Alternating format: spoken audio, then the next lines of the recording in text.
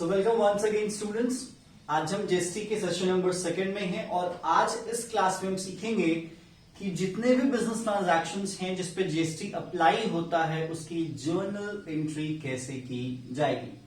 कुछ कुछ बातें जो कि फर्स्ट सेशन की हैं आप उसको लेके बैठेंगे अपने दिमाग में, जैसे सीजीएसटी एसजीएसटी कब अप्लाई होता है, आईजीएसटी कब अप्लाई होता है, इनपुट किस पे अप्लाई होता है, आउटपुट किस पे अप्लाई होता है, ये सारी बातें क्लियर। क्या ये सिंपल चीज है, जब भी हम कुछ पे करेंगे किसी चीज को अक्वायर करने के लिए पे करेंगे तो हम इनपुट लगाएंगे, और अगर कोई भी चीज हम रिसीव करेंगे, क्या करेंगे, हम रिसीव करेंगे, हम उस पर क्या करेंगे, आउटपुट लगेंगे। जैसे सामान बेच रहे हैं तो पैसा आ रहा है तो आउटपुट लगेगा, हम सामान खरीद रहे हैं तो पैसा जा रहा है तो इनपुट लगेगा। इस बात को आप ध्यान दीजिएगा।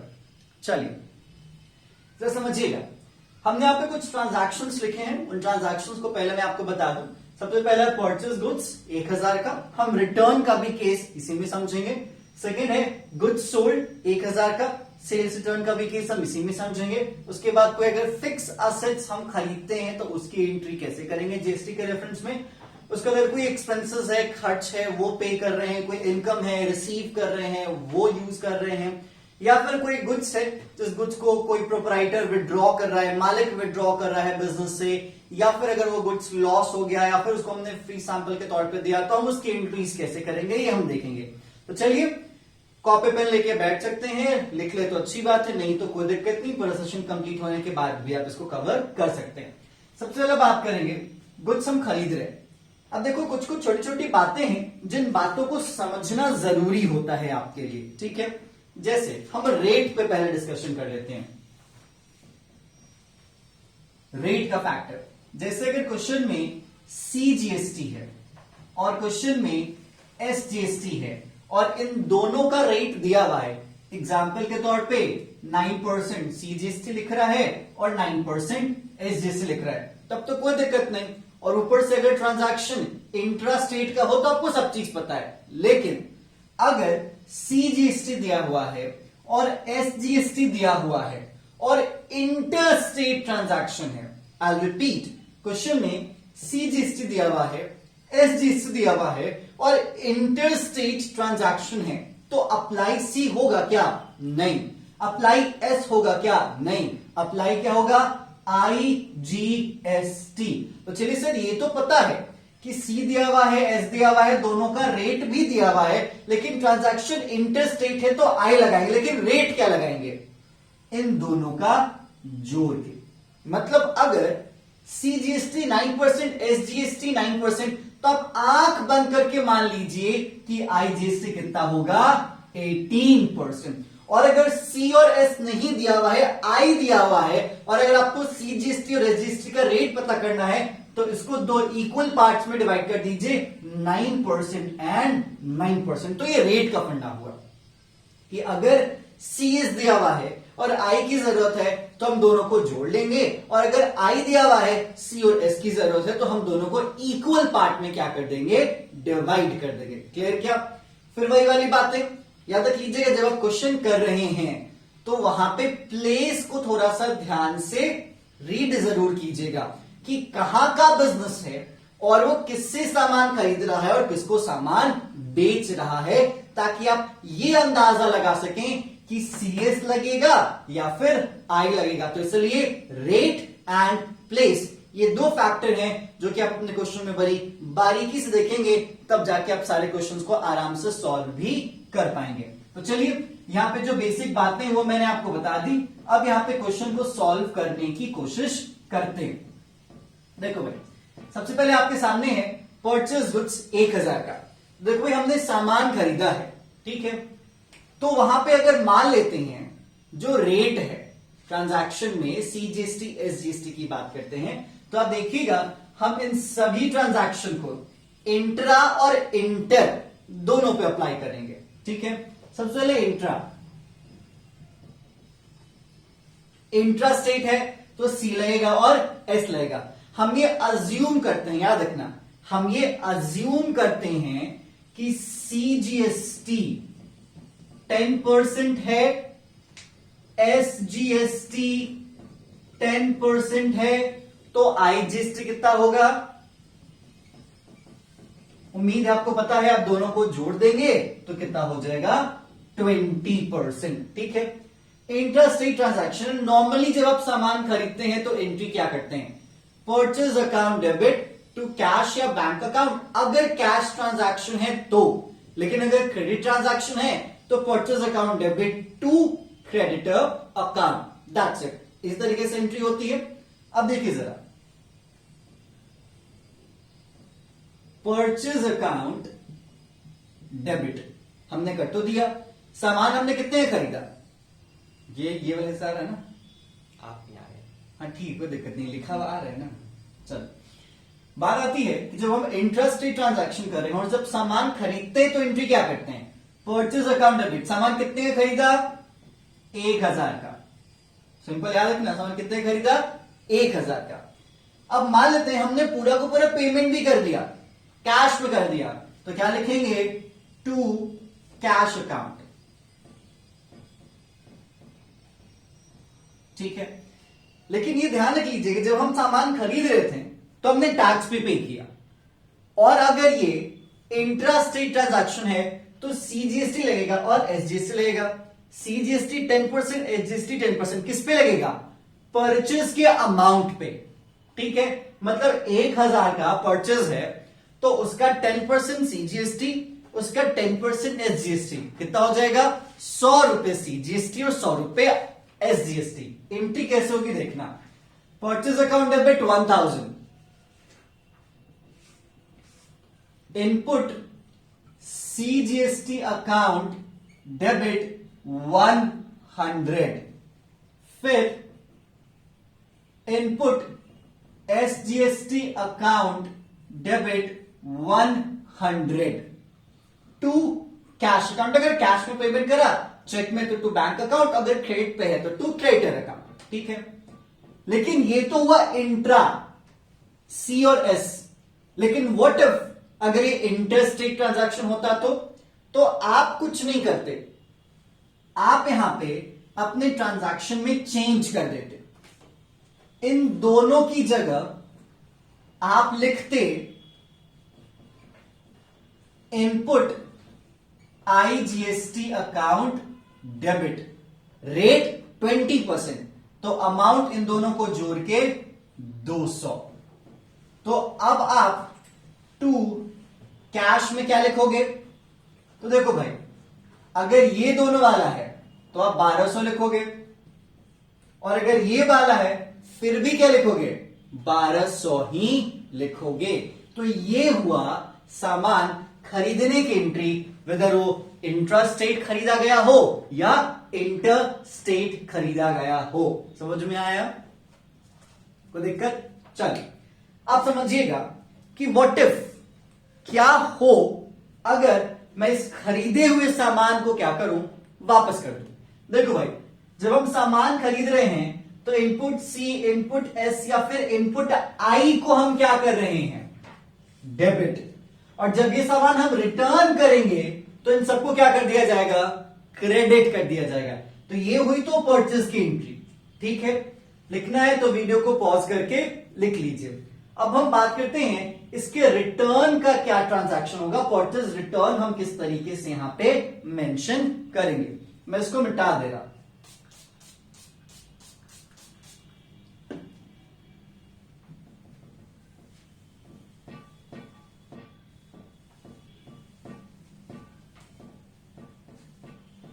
देखो भाई, जब आप सामान रिटर्न करते हो तो या तो पैसा आएगा, कैश में आएगा, बैंक में आएगा, या फिर क्रेडिटर का बैलेंस क्या हो जाएगा, कम हो जाएगा। तो एंट्री क्या होगी, कैश का हो या बैंक का हो या क्रेडिटर का हो, अकाउंट डेबिट। हमने 1000 का खरीदा था, हमने 1000 का खरीदा था और 100 का वापस कर दिया। हमने 1000 का खरीदा था और 100 का वापस कर, तो एंट्री क्या होगी देखना, cash account debit to purchase return account. कितने का वापस करा, 100 का, तो परचेज रिटर्न में क्या लिखेंगे, 100। लेकिन हमने टैक्स भी तो पे किया था और रिटर्न करेंगे तो टैक्स भी तो वापस आ जाएगा, तो क्या लिखेंगे, to input CGST account to input SGST account, अगर ये इंट्रास्टेट था। लेकिन यही अगर इंटरस्टेट होता तो क्या लिखते हैं? To input IGST account. ठीक है, अब देखो भाई रेट एज इट इज रहेगा। 100 का वापस करा तो 100 का 10% 10, तो ये हुआ 10, ये हुआ 10, तो यहां पे क्या हो जाएगा 20। कैश बैक के क्रेडिटर में क्या लिखोगे? 120। ये हुआ आपके परचेज रिटर्न का एंट्री। समझ में आया? तो अगर हम सामान खरीदते हैं तो एंट्री क्या होगी? Purchase account debit, input CGST account debit, input SGST account debit और इनपुट IGST अकाउंट डेबिट। अगर वो इंटरस्टेट हुआ तो टू कैश बैंक और क्रेडिटर। लेकिन वही अगर हम रिटर्न करते हैं तो इनपुट C, इनपुट S और इनपुट I आपका डेबिट हुआ था खरीदने के वक्त, तो खरीदा हुआ जब वापस करेंगे तो उसको हम क्या करेंगे? क्रेडिट, क्योंकि हमें एडजस्ट भी करना है, हमें सेट ऑफ भी करना है। That's it. तो ये है परचेज और परचेज रिटर्न की एंट्री। अब हम बात करेंगे सेल्स की। उम्मीद है आपको इसे थोड़ा अंदाजा हो चुका होगा कि सेल्स की एंट्री किस तरीके से यहां पे की जाएगी।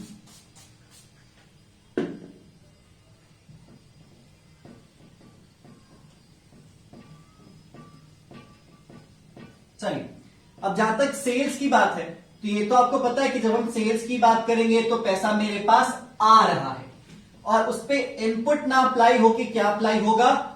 आउटपुट अप्लाई होगा। तो पैसा आने वाले ट्रांजैक्शंस पे हमेशा क्या होगा? आउटपुट, और जाने वाले पे क्या होगा? इनपुट। ठीक है, चलो भाई, सामान बेचने वाली एंट्री सेकंड। सामान क्या हो रही है? अब बिक रही है। तो देखो भाई, सामान बिकता है तो पैसा आता है आपके पास, और उसमें सामान का भी पैसा आएगा और उसमें टैक्स का भी पैसा आएगा। इस बात को आप ध्यान से समझ लीजिएगा। तो देखो भाई, यहां पे अगर पैसा आता है तो आप लिखोगे टू कैश या बैंक। लेकिन अगर आपने सामान बेचा तो है, लेकिन उधार पे आपने सामान बेचा है, तो यहां पे टू कैश या बैंक ना होके क्या हो जाएगा? डेटर हो जाएगा। ठीक है, सॉरी मैंने गलती कर दिया, यहां पे टू नहीं जाएगा, मिस्टेक। ठीक है, तो आप क्या क्या लिखेंगे? कैश, बैंक या डेटर अकाउंट डेबिट। ठीक है, सेल्स को हम क्या करते हैं? क्रेडिट करते हैं। तो यहां पे क्या लिखोगे? To sales account. आप समझिएगा, हमने सामान 1000 का बेचा है ना, तो सेल्स में अमाउंट क्या लिखा जाएगा? 1000। चलिए भाई, सेल्स में अमाउंट लिख देते हैं 1000। आपको टैक्स भी तो वसूलना है। अगर इंट्रास्टेट हुआ तो सी और एस लगेगा, लगा देते हैं। To output CGST to output SGST account. Rate कितना हमने माना? 10%। तो 1000 का 10% कितना? 100 और 100। यही अगर इंटरस्टेट होता तो यहां पे क्या लगाते हैं? To output IGST। अमाउंट कितना डालते हैं? 200। तो अब आप डेबिट कॉलम में अमाउंट क्या डालोगे? 1200। That's it. क्लियर किया? तो ये हुआ आपके सेल्स एंट्री। अगर आप सामान बेच रहे हैं और उस पर GST अप्लाई हो रहा है तो आप उसकी एंट्री कैसे करेंगे? अगर आपको रिकॉर्ड करना है तो कर लीजिए वीडियो को पॉज करके, फिर अब हम इसको रिटर्न करेंगे। इस तरीके से सामान खरीदा था तो हमने सामान रिटर्न भी किया था, परचेज रिटर्न की भी ट्रांजैक्शन देखी थी। अब हम सेल्स रिटर्न की भी बात करेंगे कि सामान रिटर्न कैसे किया जाएगा। बस सिंपल चीज है, चीजों को रिवर्स कर दिया जाएगा। चलो भाई,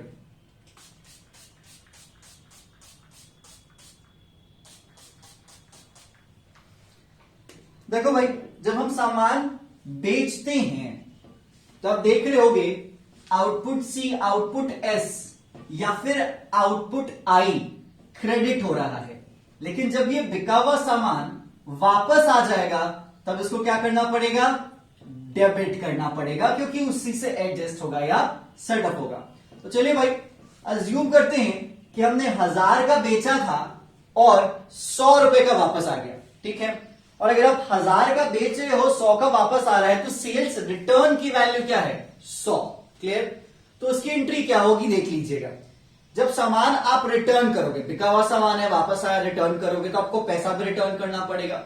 और अगर क्रेडिट भी खरीदा गया था तो आपके डेटर का बैलेंस क्या हो जाएगा, कम हो जाएगा। तो आपकी एंट्री क्या होगी देखिएगा, सेल्स रिटर्न अकाउंट डेबिट। इतना तो कंफर्म है, क्योंकि सेल्स क्रेडिट था तो सेल्स रिटर्न आपका डेबिट होता है, आपको पता है। अब इसमें से टैक्स भी तो था, तो अब यहां पे जो टैक्स सेल्स पे था जिसको हमने किया था क्रेडिट, अब उसको क्या कर देंगे, डेबिट। तो एंट्री क्या हो जाएगी, output CGST account debit, output SGST account debit. अगर ये इंट्रास्टेट होता, अगर ये इंटरस्टेट होता तो output IGST account debit. That's it, ठीक है। क्रेडिट में क्या जाता, टू कैश लिखो या बैंक लिखो या डेटर्स लिखो, ठीक है। अमाउंट 100 का वापस आया है तो सेल्स रिटर्न में सर 100 होगा, ठीक है। इस पे टैक्स लगाओगे, आउटपुट सी 10%, मतलब 10 रुपया। आउटपुट एस भी कितना हो जाएगा, 10 रुपया। इन दोनों को जोड़ देंगे तो क्या निकल जाएगा, आई। अगर इंटर होता तो आई लगाते, मैं बार बार बोल रहा हूं। और फिर आप क्रेडिट में अमाउंट क्या लिखते हैं, 120।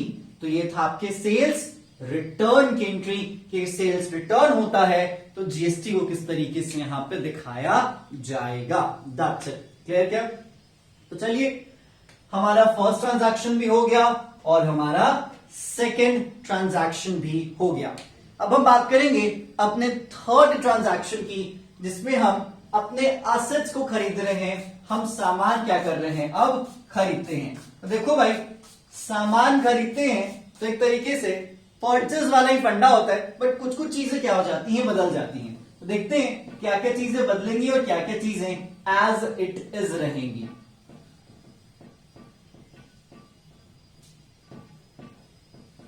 जिनको जिनको रिकॉर्ड करना है याद रख लीजिएगा, ट्रांजैक्शन होने के बाद ही आप यहां पे वीडियो पॉज करके रिकॉर्ड कर लेंगे। अदरवाइज अगर मैं आपको रिकॉर्ड करने का टाइम दूंगा तो वीडियो लंबा हो जाएगा। चले भाई, थर्ड ट्रांजैक्शन। आप कोई भी एसेट खरीद रहे हो, एसी खरीद रहे हो, फर्नीचर खरीद रहे हो, मशीनरी खरीद रहे हो, तो खरीद रहे हो ना सर, और सामान खरीदने के बदले में आपको पेमेंट करना पड़ रहा, ठीक है। तो यहां पे आउटपुट की बात नहीं होगी, यहां पे किसकी बात होगी, इनपुट की बात होगी, क्योंकि आप पे कर रहे हो तो उसमें आप टैक्स जोड़ के पे करोगे।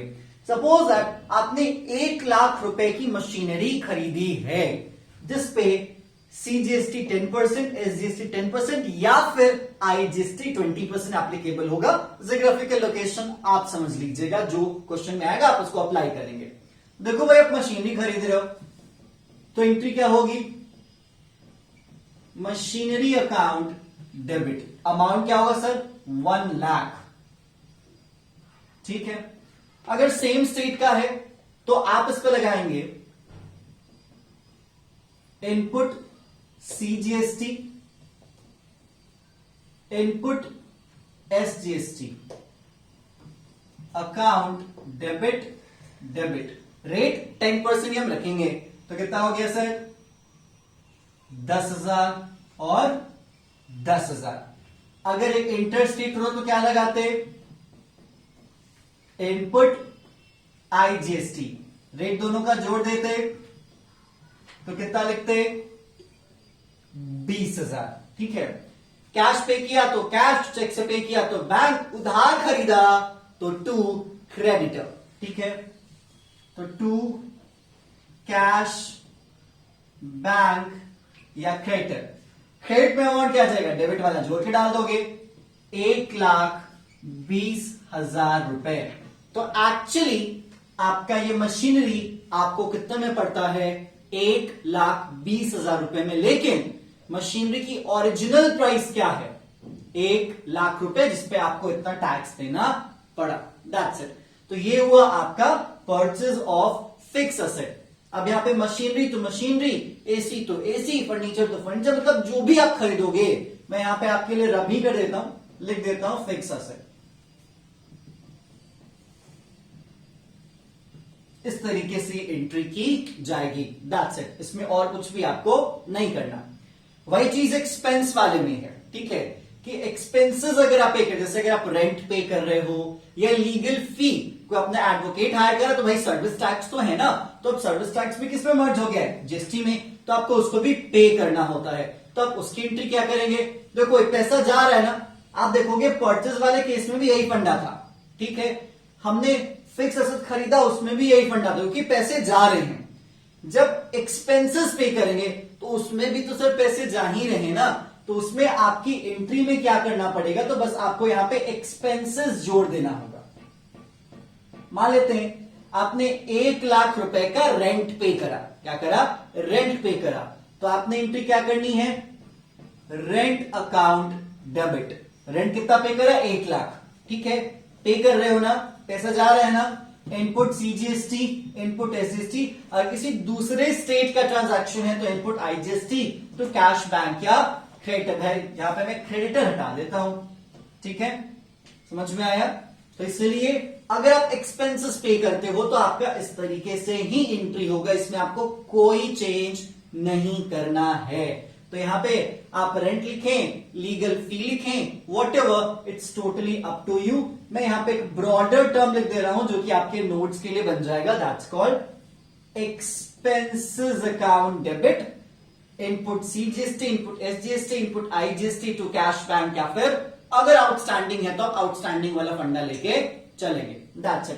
तो ये हुआ आपके एक्सपेंसेस पे करने पे अगर जीएसटी लगता है तो उसकी आप एंट्री कैसे करेंगे, ये हुई उसकी एंट्री।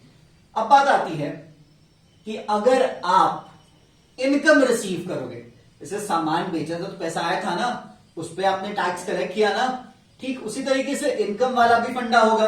अगर आप इनकम अक्वायर कर रहे हो तो उस पर भी जीएसटी अप्लाई होगा। कैसे होगा देखिएगा जरा।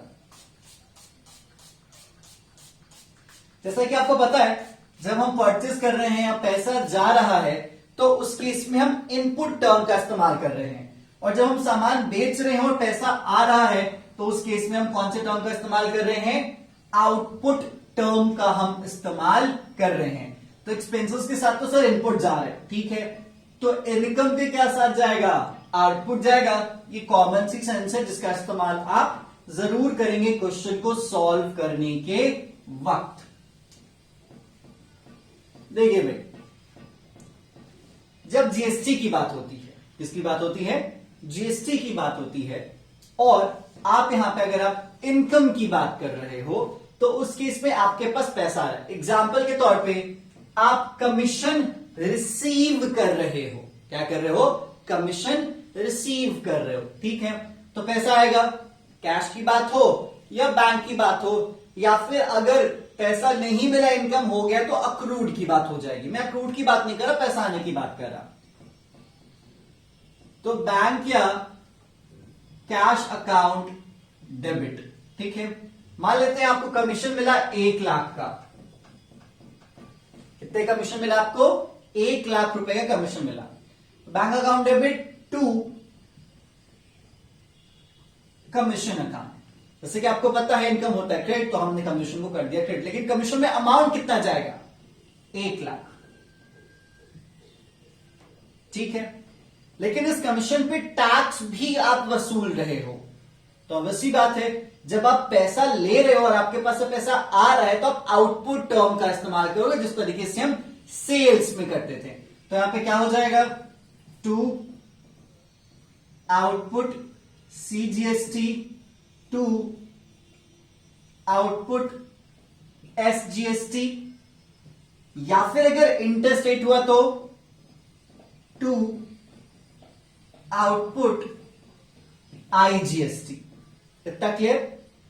अब अमाउंट कितना जाएगा? 10% रेट हमने रखा है, तो 1 लाख का 10% 10,000 और 10,000। आई में अमाउंट कितना चला जाएगा? 20,000। और कैश और बैंक में अमाउंट कितना डालेंगे? जोड़ के। ठीक है, अगर CGST है तो भी और SGST तो भी 1,20,000 ही जाएगा, और अगर आई लग रहा है तो भी 1,20,000 ही जाएगा। तो अब अमाउंट कितना हो जाएगा? 1,20,000। That's it. ये वाला हो गया आपका ओवर। तो आपने देखा कि अगर एक्सपेंस पे करते हैं तो टैक्स की एंट्री कैसे होगी, और अगर हम इनकम रिसीव करते हैं तो टैक्स की एंट्री कैसे होगी। बस आपको इनपुट और आउटपुट के जगहों को बदलना है, बाकी सारा फंडा यहां पे क्या है? सेम है। तो अगर आपको नोट करना है तो नोट कर लीजिए। फिर हम बात करेंगे अपने लास्ट ट्रांजैक्शन पे, जहां पे अगर गुड्स ओनर ने विड्रॉ कर लिया, अगर गुड्स हमने फ्री सैंपल में दे दिया, गुड्स अगर जल गया या गुड्स अगर चोरी हो गया, तो इन सब केसेस में आप किस तरीके से एंट्री करेंगे, हम ये जानने की कोशिश करेंगे। तो चलिए जानते हैं। पहले हम इसको रख कर लें। देखो भाई, आप ड्राइंग्स की बात करो, मतलब क्या? जब भी मालिक बिजनेस में से कुछ भी लेके जाता है पर्सनल यूज के लिए, तो हम एक टर्म यूज करते हैं ड्राइंग्स। और ड्राइंग्स क्या होता है? डेबिट। अच्छी बात है। जब मेरे बिजनेस में कुछ नुकसान हो जाता है, जैसे लॉस बाय फायर है या लॉस बाय थेफ्ट है, तो हम एक्सपेंसेस एंड लॉसेस को क्या करते हैं? As per nominal account debit करते हैं। ठीक है। अगर हम कोई भी चीज, मतलब कोई भी चीज के अपना जो सामान है वो फ्री सैंपल के तौर पे किसी को बांट रहे, दे रहे हैं, तो एडवर्टीजमेंट कहलाता है, और एडवर्टीजमेंट एक्सपेंसेस है। ठीक है, तो एक्सपेंसेस को भी क्या करेंगे? डेबिट करेंगे। ठीक है, तो सामान गुड्स ड्राइंग्स में जाए, लॉस बाय फायर में जाए, या फिर लॉस बाय थेफ्ट में जाए, या फिर एडवर्टीजमेंट में जाए, जहां जाएगा वो सब जाने वाले क्या होंगे? डेबिट। एग्जाम्पल के तौर पे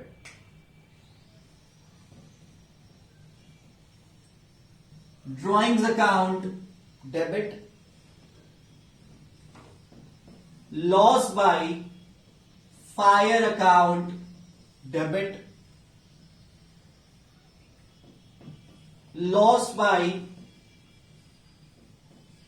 थेफ्ट अकाउंट डेबिट, या advertisement expenses account debit. Simple, ये सब डेबिट होंगे। क्वेश्चन क्या कहेगा ये आप जानेंगे। अगर निकाल रहा है प्रोपराइटर पर्सनल यूज के लिए तो ड्राइंग्स लगाएंगे। आग से जल गया तो लॉस बाय फायर।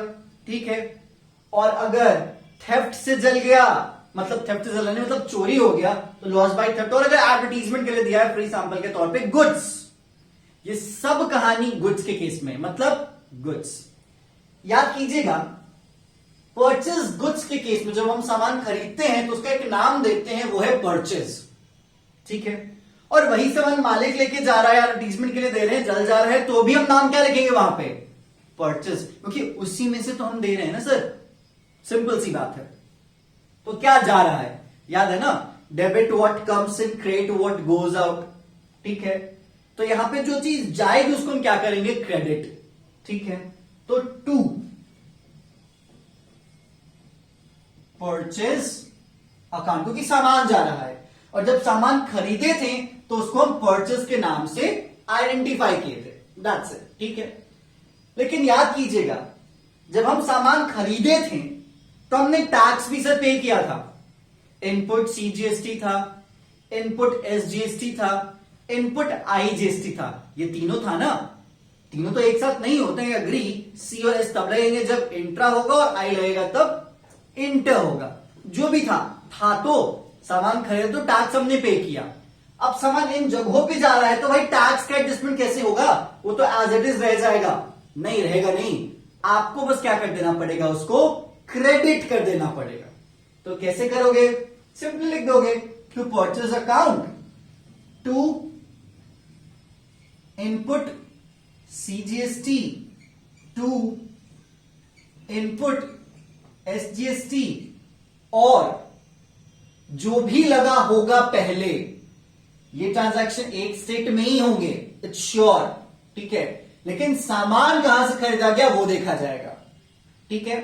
तो अगर सेम स्टेट वाला था तो आप ये लगाओगे, और अगर अलग स्टेट वाला था तो आप क्या लगाओगे, टू इनपुट आईजीएसटी।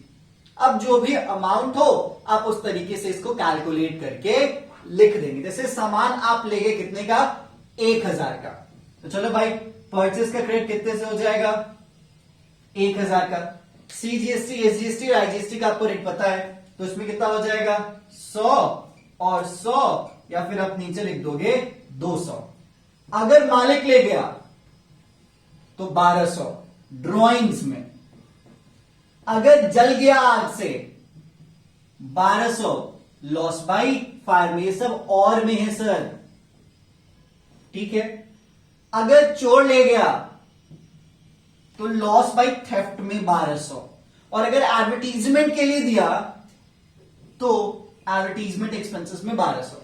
मैंने सभी को कंबाइन प्रेजेंट किया है, आप ये मत सोचिएगा कि एंट्री ऐसे ही करनी है, नहीं, जो क्वेश्चन में होगा आप उसको उस तरीके से प्रेजेंट करने की कोशिश करेंगे। समझ में आ गया? मैं उम्मीद करता हूं कि आपको समझ में आ चुका है। अब इसमें और कोई भी ट्रांजैक्शन रिमेन नहीं बचता, लेकिन हां इसका एक तीसरा हिस्सा रिमेन बचता है। जब आप सारा लेन देन कर लोगे, सामान खरीद लोगे, बेच दोगे, खरीदा हुआ वापस कर दोगे, बिका हुआ वापस आ जाएगा, रेंट ले लोगे, रेंट दे दोगे, कमीशन ले लोगे, कमीशन दे दोगे, ड्राइंग्स में निकाल लेगा मालिक, जो भी कहो, सारा ट्रांजैक्शन जब अंत में होता है तो आपको अपने सारे टैक्सेस को क्या करना पड़ता है, एडजस्ट करना पड़ता है, क्योंकि इनपुट से आपने टैक्स पे किया है और आउटपुट से आपने टैक्स रिसीव किया है। तो आप कितना सरकार को पे करोगे और कितना सरकार को नहीं पे करोगे, इस चीज की समझ आपको होनी चाहिए, जिसको हम सेट ऑफ या एडजस्टमेंट ऑफ टैक्स के नाम से जानते हैं। तो इस सेशन में, जीएसटी के सेकेंड सेशन में, हमने समझा कि एंट्रीज कैसे होंगी, और हम नेक्स्ट सेशन में समझेंगे कि सेट ऑफ कैसे होगा। तो इसीलिए अगर आपके सामने कुछ क्वेश्चंस है तो आप कुछ क्वेश्चंस कर लीजिए, आपको आइडिया हो जाएगा। लास्ट वाला एक ट्रांजैक्शन होता है पेमेंट ऑफ टैक्सेस वाला, वो ट्रांजैक्शन की एंट्री कैसे होगी मैं जस्ट इस सेशन में, इसके अगले वाले सेशन में आपको समझाने वाला हूं। दैट्स कॉल्ड जीएसटी का पार्ट 3। तो stay tune for part 3 of GST. Thank you.